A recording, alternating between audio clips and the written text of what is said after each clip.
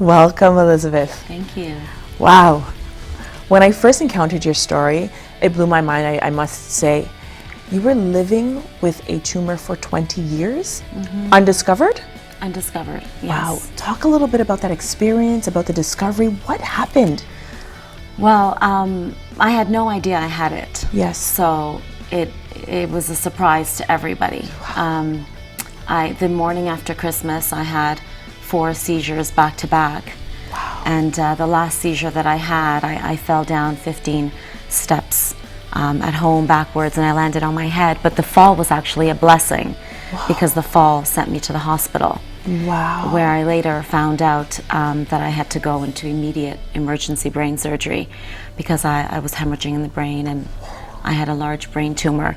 And after removing it, I found out that it was there for a very long time. They said since I was a very little girl, it was very old. Wow. Therefore, it was very vascular. So it was a difficult surgery. Oh my goodness. Okay, so we'll talk about a statement that you just made. You said your fall was your blessing. Yes. And that's like the essence of a lot of what you do, and when you were working in the community, and as far as your book and so on, which we'll talk about a little bit later.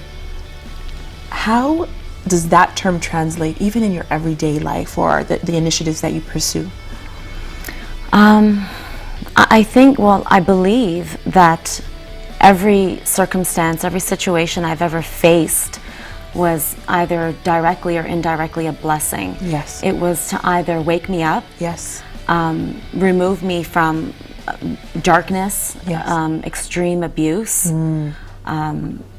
So there was just these things, these obstacles, these bumps that would take place in my life that would kind of, wake me up and say, you need out, or you need help, or it's time to change, or time to make some different choices. So I've never really asked, why me? It's always been, why not me? Wow. Yeah. This is something that I'm finding a lot of people are embracing, because it's truly allowing for people to grow through experiences. But do you think that it requires for an individual to truly be introspective and think about how you are growing, how things are impacting you? I don't know if it takes that. I think it just takes being able to, it takes courage, obviously, and strength. Yes. And I think just being able to see the light in the dark, and that can be difficult. I've been through so many things where it was very difficult to see light, but my thing was always that survival mode. I always kind of snap into that survival mode where it's like, okay, this is my current situation, but it's not gonna take me over. It's not gonna kill me. It's what can I do with this? There's got to be light in this situation. And the brain surgery was definitely, yes, it was very scary. Oh gosh, it was extremely scary. Yes. But the moment that I woke up and saw that everything was okay, I could see, I had my memory, I could speak, I could walk.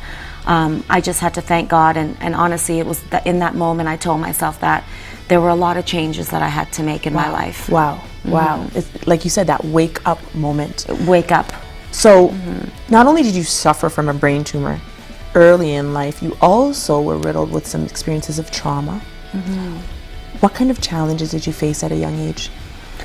Oh my God, where do I start? Wow, right? There's a lot.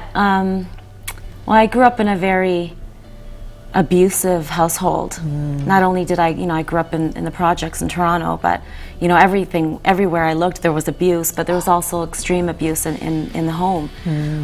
Sexual, physical, mental, spiritual. There was a lot of abuse, and I ended up in foster care at a young age. I went from one home to another. Within a year, I think I was in over about 15 homes. I just kept running away. I became very rebellious, basically a product of my environment very quickly. I started selling drugs at a young age, and I got involved in a very abusive relationship. Yes. So it's kind of like a domino effect. Yes. It all goes back to childhood. Yeah. And if we don't deal with those pains and those hurts, then it travels with us. And that was my case for a long time. So what allowed for you to begin to deal with those hurts? Well, the start of it was I had a boyfriend that was murdered in front of me. And that, I think, was the beginning of change. That it took a long time. Wow. I mean, we have to, really, when you calculate over 20 years of pain and hurt, and then to undo all of that, it took a long time. But the journey started after that. I started going to church and just started reaching out to mentors and a lot of different people who could help me. And I'm not saying it turned around there, but it was the beginning of a journey, a new journey that I'm still on, really. How important do you think support is, or mentorship is? Extremely important. I think it's the most important thing, next to having God, next to knowing God and knowing whose child you are. I think that is the most important, because for many of us, we don't have mom and dad we can go to, or other people like aunts and uncles or grandparents. So a mentor, be it in church or in your community, at school, it's extremely important. Wow, absolutely. Okay, so today's episode is about climbing your mountains. We're just going to touch on it very quickly before the break, and we'll be coming back to you after the break. But no matter how tumultuous a situation is, what made you continue to climb your mountains, although they were polluted with challenges? Because, like you said, several different situations of really hard moments. I wanted to be somebody. Wow.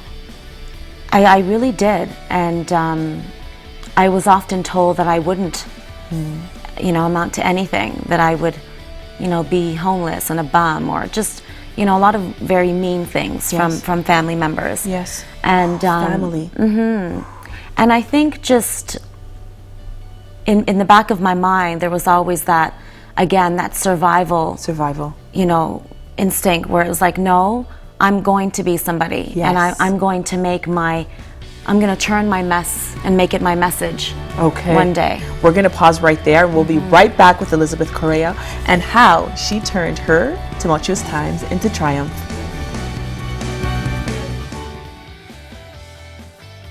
Sherrese Carby can be contacted by email, social media, or phone.